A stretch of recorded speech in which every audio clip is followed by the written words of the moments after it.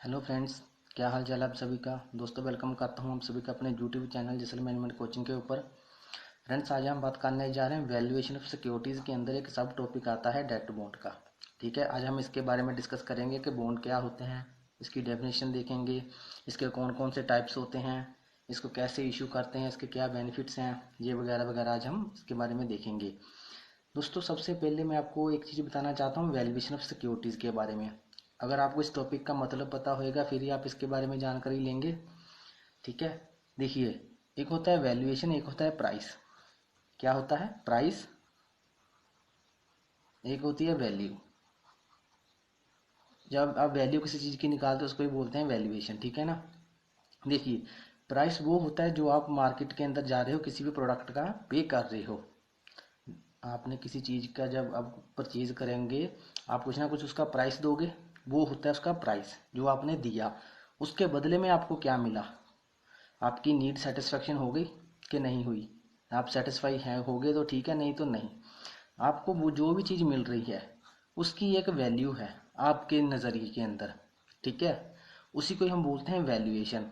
तो अभी इसके अंदर कन्फ्यूज़न मत होना कि वैल्यूएशन मीन्स के प्राइस की ही बात कर रहे हैं। प्राइस वो होता है जो हम किसी को पे कर रहे हैं, जो आपको उसके बदले में मिल रहा है उसको बोलते हैं वैल्यू। अभी आपको पता चल गया होगा कि वैल्यूएशन ऑफ सिक्योरिटीज़ का क्या मतलब है। सिक्योरिटीज़ क्या होता है? जैसे कि बॉन्ड हो गए, ये एक सिक्योरिटीज़ है। या फिर हम जैसे घर की रजिस्ट्री होती है उसको भी हम सिक्योरिटीज़ बोलते हैं।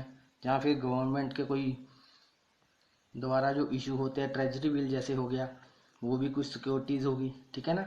ऐसे सिक्योरिटीज़ होती हैं, उनकी वैल्यूएशन निकालने को बोलते हैं वैल्यूएशन ऑफ सिक्योरिटीज़। उसके अंदर हम देखेंगे डेट बॉन्ड। ठीक है, डेट बॉन्ड।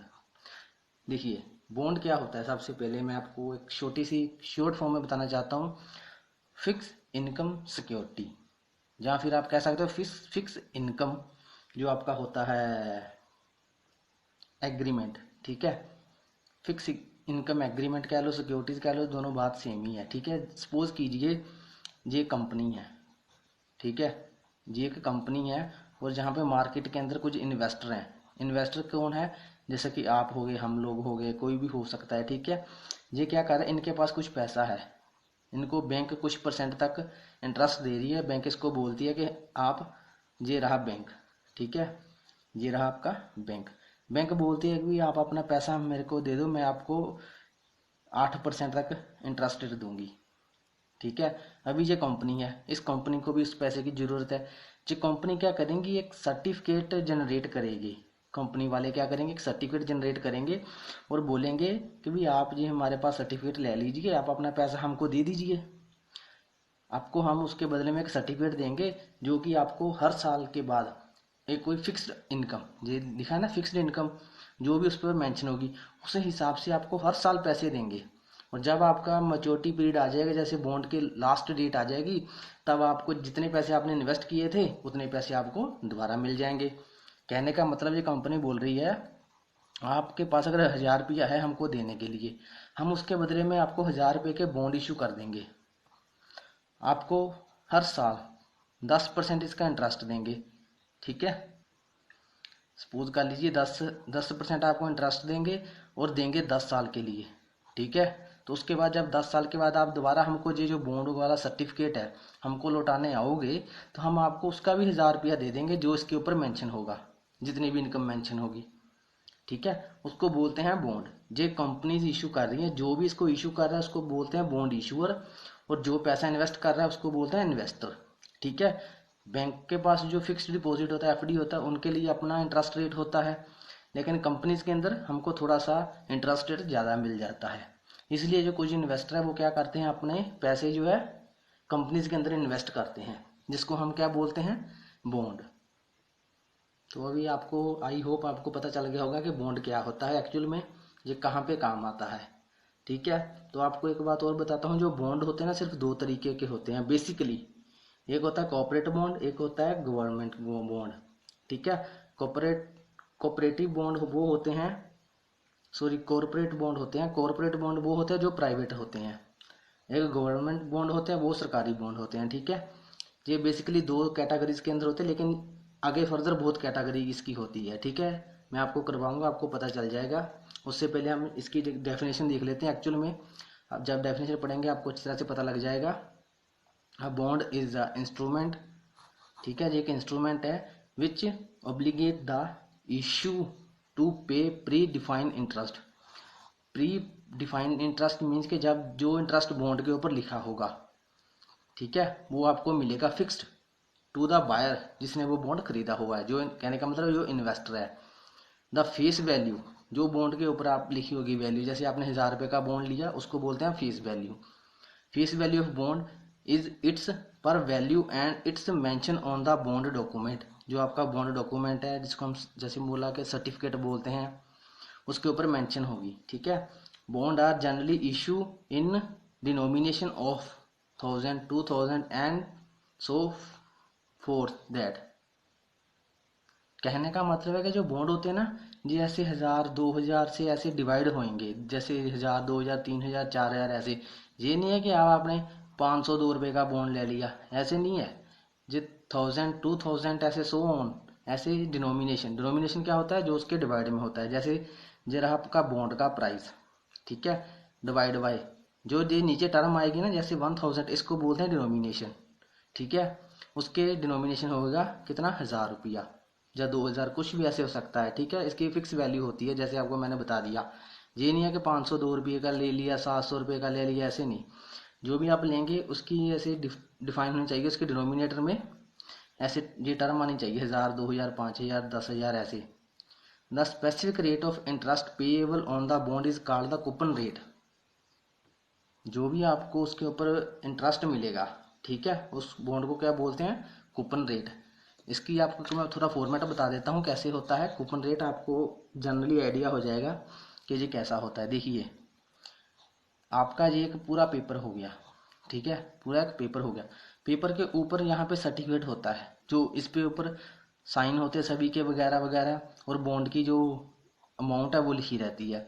उसके नीचे में छोटे छोटे कूपन रहते हैं, जो आप इजीली इसको फाड़ सकते हैं, ठीक है, इससे अलग कर सकते हैं। जैसे आपका चेक बुक नहीं होता, आप चेक को साइड से फाड़ लेते हैं ना, जब उसको फाड़ लेते हैं जाते हैं बैंक के अंदर जाने के लिए, तो वैसे ही होता है। छोटे छोटे जहाँ पे कूपन रहते हैं उसको बोलते हैं कूपन रेट। जितना कूपन के ऊपर रेट लगा होगा, जब भी आप जाओगे आप कंपनी के पास, आपको वो उतना प्राइस दे देंगे, ठीक है। ये छोटे छोटे कूपन रहते हैं। अगर 10 साल का एग्रीमेंट है तो यहाँ पे 10 कूपन रहेंगे, तो आप हर साल जाओगे अपना एक कूपन उनको फाड़ के दे दोगे, वो आपको उसके बदले में पैसे दे देंगे। जब लास्ट के ऊपर आपके पास ये सर्टिफिकेट रह जाएगा, तब आप बैंक के पास सॉरी कंपनी के पास जाओगे, उसको बोलेंगे कि भी ये मेरा रहा सर्टिफिकेट, आप मेरे को पैसे वापस दे दीजिए। जितना भी इस कूपन के अमाउंट ऊपर लिखा होगा वो आपको उसके पैसे दे देंगे, ठीक है दोस्तों। आई होप आपको भी बॉन्ड के बारे में बेसिक नॉलेज होगी कि एक्चुअल में क्या होता है, ठीक है। तो आगे हम देखते हैं जो बॉन्ड की कुछ टाइप्स होती हैं, कितने तरह के बॉन्ड होते हैं, ठीक है, उसके बारे में देखते हैं कौन कौन से होते हैं। सबसे पहले देखिए जहाँ से शुरू होते हैं, secured bond and unsecured bond. Secured bond वो होते हैं जिसके ऊपर आप लीगली कोई ना कोई एक्शन ले सकते हैं, ठीक है, कोर्ट में जाके आप उसका केस कर सकते हैं, क्लेम कर सकते हैं, उसको बोलते हैं सिक्योर्ड बॉन्ड। एक होते हैं अनसिक्योर्ड बॉन्ड। अनसिक्योर्ड बॉन्ड जैसे कि कुछ प्राइवेट कंपनीज होती हैं, वो सिर्फ लोगों से पैसा लेना चाहते हैं, वो पैसा लेते हैं और फिर आप भाग जाते हैं, तो लोगों का पैसा क्या हो जाता है, डूब जाता है। तो वो होते हैं अनसिक्योर्ड बॉन्ड। इसके अंदर कोई भी कोर्ट का एक्शन नहीं होता, कोई भी लीगल एक्शन नहीं हम ले सकते इसके अंदर, जो अनसिक्योर्ड बॉन्ड होते हैं, ठीक है। सिक्योर्ड बॉन्ड के अंदर क्या होते हैं, जो कि कोर्ट होते हैं, उनके अंदर हम जाके लीगली कोई एक्शन लेना हो या फिर कोई केस करना हो, अपने पैसे का क्लेम करना हो, अगर आपको नहीं मिल रहे तो आप क्लेम कर सकते हैं, उसको बोलते हैं सिक्योर्ड बॉन्ड। और दूसरे को बोलते हैं अनसिक्योर्ड बॉन्ड। तो आगे देखते हैं, एक को बोलते हैं रिकरेक्टेबल बॉन्ड। एक्सटेंडेबल बॉन्ड वो होते हैं जिनकी मेच्योरिटी पीरियड के बाद उनकी डेट को एक्सटेंड किया जाए। जैसे मैंने आपको यहाँ पे एग्जांपल दिया था 10 साल का है, ठीक है, 10 साल के बाद आपका ये कूपन जब भी खत्म हो जाएंगे तो आप कंपनी के पास दोबारा जाओगे कि मेरे को अपना पूरा पैसा दे दीजिए। कहने का मतलब आपका 10 साल के बाद मेच्योरिटी पीरियड खत्म हो गया, जब आपको बॉन्ड के पैसे मिलने थे, तो आप उसको और भी एक्सटेंड कर सकते हो आगे फर्दर, उसको बोलते हैं एक्सटेंडेबल बॉन्ड, ठीक है। और जो यहाँ पे है इसको हम आगे एक्सटेंड नहीं कर सकते, तो इसको हम क्या बोलते हैं, जिसको हम आगे एक्सटेंड नहीं कर सकते, रिकरेक्टेबल बॉन्ड, ठीक है। तो आगे है convertible bond and non convertible bond. Convertible bond वो होते हैं जिनको हम शेयर मार्केट के अंदर कन्वर्ट कर सकते हैं। जो कहने का मतलब है शेयर मार्केट बोल लीजिए या फिर कंपनीज के शेयर बोल लीजिए। देखिए जहाँ पर तो कंपनी ने सिर्फ आपको पैसा दिया था, अपने इन्वेस्टर ने, कंपनी के पास पैसा आ गया, कंपनी ने अपना काम करना शुरू कर दिया। ठीक है, जब कंपनी के पास पैसा आता रहा वो अपने जो इन्वेस्टर उनको पैसे देते रहे। लेकिन जहाँ पे लिखा है convertible bond, convertible bond means जो भी इन्वेस्टर है उन्होंने कंपनी को पैसा तो दे दिया, देने के बाद अगर वो उसी पैसे के शेयर कंपनी के अंदर खरीदना चाहते हैं तो उनके वो शेयर खरीदे जा सकते हैं उसी पैसे के साथ। शेयर मीन्स आपका कंपनी के अंदर हिस्सा हो जाएगा। अगर आपने सपोज कीजिए कंपनी को 5 लाख रुपए दे दिए, ठीक है, 5 लाख रुपये दे दिए, कंपनी उसकी क्या करेगी, अपनी कंपनी के अंदर प्रोडक्शन करेगी, सामान नया खरीद के लाएगी, नई प्रोडक्शन करेगी, नए उसके पास सोर्स हो जाएंगे, ठीक है ना। तो उससे उनको कंपनी को इनकम आएगी। वो जो इनकम आएगी ना, उस इनकम का पार्ट जितना आपने शेयर उनको दिया था उस शेयर के हिसाब से आपको उसकी अमाउंट मिलेगी वापस, उसको बोलते हैं हम शेयर। लेकिन जो बॉन्ड होता है, जो सिंपली आपने सिर्फ पैसा इन्वेस्ट किया, जो मैच्योरिटी पीरियड है तब तक आपको पैसा मिलेगा और आप कंपनी के साथ आपका कोई लेन देन नहीं है, ठीक है ना। तो कन्वर्टेबल बॉन्ड वो होते हैं जो आपका पैसा दिया हुआ है, इन्वेस्ट किया हुआ है, उनको शेयर के अंदर कन्वर्ट कर सकते हैं, जो कॉमन शेयर स्टॉक होते हैं ना उसके अंदर। तो नॉन कन्वर्टेबल जैसे कि नॉर्मली होते ही हैं कि कंपनी जब भी एक बार आपसे पैसे ले लेती है, जब आपके पैसे उनको मोड़ने होते हैं मैच्योरिटी पीरियड के बाद, वो आपको आपके पैसे वापस दे देते हैं। वो आपको वापस क्यों देते हैं? क्योंकि कोई कंपनी ये नहीं चाहती कि हमारे कंपनी के शेयर लोग ज़्यादा खरीद लें। क्यों? देखिए, अगर जब कंपनी है, ठीक है, कोई भी कंपनी है, उसको जब पैसे की ज़रूरत होगी तो वो तो क्या करेगी, जनता से पैसा लेगी, इन्वेस्टर से पैसा लेगी, ठीक है। जब उनका काम चलने लग पड़ा तो वो अभी फिर जनता से पैसा थोड़ी ना लेगी, जो जनता का पैसा लिया हुआ है वो उनको वापस करेगी ना। ऐसे ही अगर जनता बोले बाद में, जो कोई भी इन्वेस्टर है उनको बोले कि भी आप हमको पैसा ना दे, आप उन्हीं पैसों का हमारा शेयर अपनी कंपनी के अंदर डाल लीजिए, तो फिर क्या होगा, कंपनी जो भी है, जितने भी कंपनी का जो अमाउंट है, वैल्यू है, उसके अंदर आपके शेयर भी हो जाएंगे। कुछ परसेंट कंपनी का हो जाएगा, कुछ परसेंट इन्वेस्टर्स का हो जाएगा। तो कंपनी को जितना प्रॉफिट होगा उसके अंदर इन्वेस्टर का भी हिस्सा होगा, तो कंपनी को थोड़ा सा लॉस होगा ना इनडायरेक्टली तरीके से। इसलिए क्या होते हैं, नॉन कन्वर्टेबल ज़्यादातर बॉन्ड होते हैं एक्चुअल के अंदर, ठीक है। कुछ होते भी है कन्वर्टेबल बॉन्ड, वो जैसे हम जब बॉन्ड साइन करते हैं तब उसके अंदर टर्म्स एंड कंडीशंस होती हैं, ठीक है। आगे है premium bond and discount bond. Discount bond को हम जीरो कूपन बॉन्ड भी बोलते हैं। प्रीमियम बॉन्ड में ऐसे होता है, जैसे सपोज कीजिए, जैसे बॉन्ड के ऊपर जितनी भी अमाउंट लिखी है, सपोज कीजिए 1000 अमाउंट उसके ऊपर लिखी है, जब उसका मैच्योरिटी पीरियड आएगा ना, उसके ऊपर जो अमाउंट लिखी होगी उससे आपको बढ़कर पैसा मिलेगा। जैसे जहाँ पे पैसा आपको मिलेगा 1200 रुपया मिल गया। कहने का मतलब जब भी कोई आप वो बॉन्ड होगा ना, जब वो उसकी बिक्री होगी, वो आपको हर प्राइस के ऊपर आपकी बिक्री होगी। जो आपका नॉर्मल प्राइस था ना, उससे उसकी जो अमाउंट है, मार्केट वैल्यू है, वो ज़्यादा होगी, मिलेगी, ठीक है ना। जैसे 1000 था, 1000 के बाद आपको 1200 रुपया मिलेगा, ठीक है, जो आपको 200 रुपया ज़्यादा मिल रहा है, ठीक है। तो वो क्या है, उस पता लगता है कि ये प्रीमियम बॉन्ड है, ठीक है। तो जो डिस्काउंट बॉन्ड होता है या फिर जीरो कूपन बॉन्ड होता है, जब इसको हम बेचते हैं, इसको हम सेल करते हैं, तो उसके में हमको क्या मिलता है, कुछ पैसे कम मिलते हैं। जैसे इसकी फिर फेस वैल्यू है 1000 रुपया, जब हम इसको बेचेंगे तो हमको 900 रुपया मिल रहा है, या फिर 800 रुपया मिल रहा है, 700 रुपया मिल रहा है, ऐसे ये कम प्राइस के अंदर बिकेंगे। और ये वाले जो प्रीमियम बॉन्ड है, ये ज़्यादा पैसे के अंदर बिकेंगे। जैसे इसकी फेस वैल्यू 1000 रुपया आपको, लेकिन 1200 मिल रहा है, ठीक है। तो आगे है fixed income bond and inflation link bond, ठीक है, ये बहुत इंपॉर्टेंट है। फिक्स्ड इनकम बॉन्ड क्या होते हैं, देखिए, फिक्स्ड इनकम बॉन्ड वो होते हैं, अगर आपकी फेस वैल्यू 1000 रुपया लिखी हुई है, ठीक है, तो 10 साल का एग्रीमेंट किया हुआ है, तो 10% आपको पर ईयर आपको पैसे मिलने ही मिलने हैं, ठीक है। 1000 रुपया उसकी फीस वैल्यू है और 10 साल के लिए आपको उसका 10% मिलना ही मिलना है। 10 साल का 10% का अगर लगा कर देखिए तो आपका 1000 जी हो गया, तो 10 साल के बाद आपको 1000 जी होएगा, टोटल आपका कितना हो गया 2000। तो आपको आपने अगर 1000 रुपया इन्वेस्ट किया तो आपको 10 साल के अंदर वो 2000 रुपया मिल जाएगा। ये तो होगी फिक्स्ड इनकम बॉन्ड। तो जो इन्फ्लेशन लिंक बॉन्ड होता है, इन्फ्लेशन क्या होता है, महंगाई। जैसे जैसे कमोडिटीज की प्राइस इंक्रीज होती रहती हैं वैसे ही बॉन्ड का प्राइस भी इंक्रीज होता रहता है। जैसे हर साल 2 से 3% तक इंडिया के अंदर महंगाई होती है, किसी भी कमोडिटी किसी के अंदर लगवा कर देख लीजिए, ठीक है। तो ऐसे क्या होएगा, इन्फ्लेशन भी इसके साथ अलग से ऐड ऑन होती रहेगी। जैसे आपको 10% तो मिलना ही मिलना है, ठीक है। 10%, 1000 का 10% कितना, 100 रुपीज। तो एक साल के अंदर जितनी इन्फ्लेशन हुई उसके भी अमाउंट आपको उसके साथ ही मिलनी है, ठीक है। ये क्या होता है, इन्फ्लेशन लिंक बॉन्ड। आगे होता है गवर्नमेंट बॉन्ड और सोवरेन बॉन्ड। ये दोनों इसका मतलब सेम ही है, ठीक है ना, और लिखा हुआ है। गवर्नमेंट बॉन्ड वो होते हैं जो कि गवर्नमेंट के द्वारा इशू किए जाते हैं। जो गवर्नमेंट के बॉन्ड होते हैं ना, ये हाईली सिक्योर्ड होते हैं, ये कभी इनका पैसा डूबता नहीं है। लेकिन इसमें क्या है, आपको इंटरेस्ट रेट थोड़ा कम मिलता है। गवर्नमेंट यूज इसको इशू क्यों करती है, जब उन्होंने कोई बड़ा प्रोजेक्ट लगाना है कंट्री के अंदर, कोई भी डेवलपमेंट करनी, कोई इंफ्रास्ट्रक्चर डेवलप करना है, तभी क्या होता है, गवर्नमेंट जो होती है वो बॉन्ड इशू करती है, ठीक है। ये हो गया गवर्नमेंट बॉन्ड। एक होता है कोऑपरेटिव बॉन्ड। जैसा मैंने आपको स्टार्टिंग में बताया था कि बॉन्ड दो तरीके होते हैं, गवर्नमेंट बॉन्ड होते हैं, कोऑपरेटिव बॉन्ड होते हैं। जो कॉर्पोरेट बॉन्ड होते हैं वो क्या होते हैं, कोई भी कंपनी होती है, ठीक है, जो कंपनी प्राइवेट कंपनी हो सकती है, वो उसको इशू कर रही है, ठीक है। इसके अंदर क्या होता है, आपका जो रिस्क है वो भी ज्यादा होता है और आपको उसका रिटर्न जो है, रिटर्न भी आपको ज्यादा मिलता है। गवर्नमेंट के केस में आपका रिस्क भी कम होता है और आपको रिटर्न भी थोड़े कम मिलते हैं, ठीक है।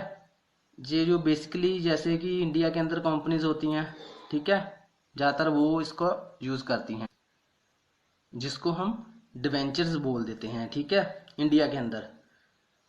तो आगे है म्यूनिसिपल बॉन्ड। म्यूनिसिपल बॉन्ड वो होते हैं जैसे कि म्यूनिसिपल कॉरपोरेशन वाले हैं, ठीक है, कभी कभार वो भी अपने बॉन्ड इशू कर देते हैं। जैसे कि उन्होंने क्या करना होता है, मोहल्ले के अंदर कोई ना कोई काम ऐसा करवाना होता है जो कि मोहल्ले वाले इन्वेस्ट कर देते हैं, ठीक है।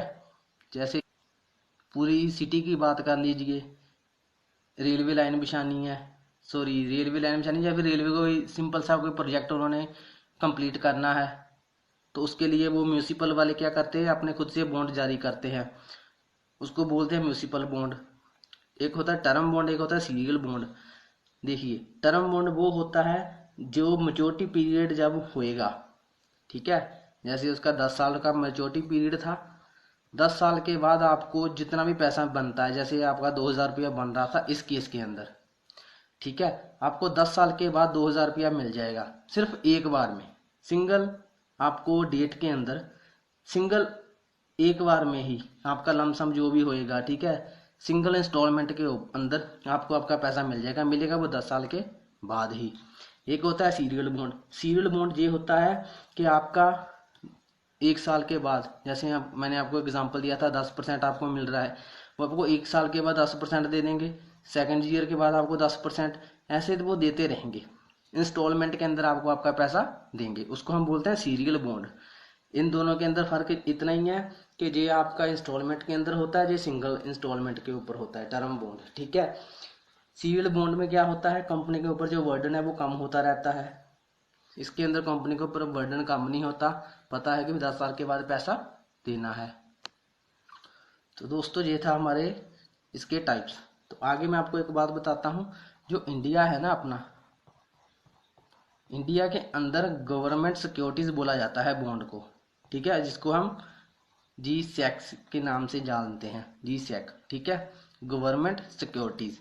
तो जो अपना यूएसए है, यूनाइटेड स्टेट ऑफ अमेरिका, उसके अंदर बॉन्ड को, जैसे कि इंडिया के अंदर गवर्नमेंट सिक्योरिटीज बोला जाता है, उसको बोलते हैं ट्रेजरी, ठीक है। इंडिया के अंदर गवर्नमेंट सिक्योरिटीज और यूएसए के अंदर ट्रेजरी, ठीक है दोस्तों अगर आपको मेरा वीडियो अच्छा लगा प्लीज़ इसको लाइक करना और अपने दोस्तों के साथ शेयर जरूर करना। मिलते हैं नेक्स्ट वीडियो के अंदर।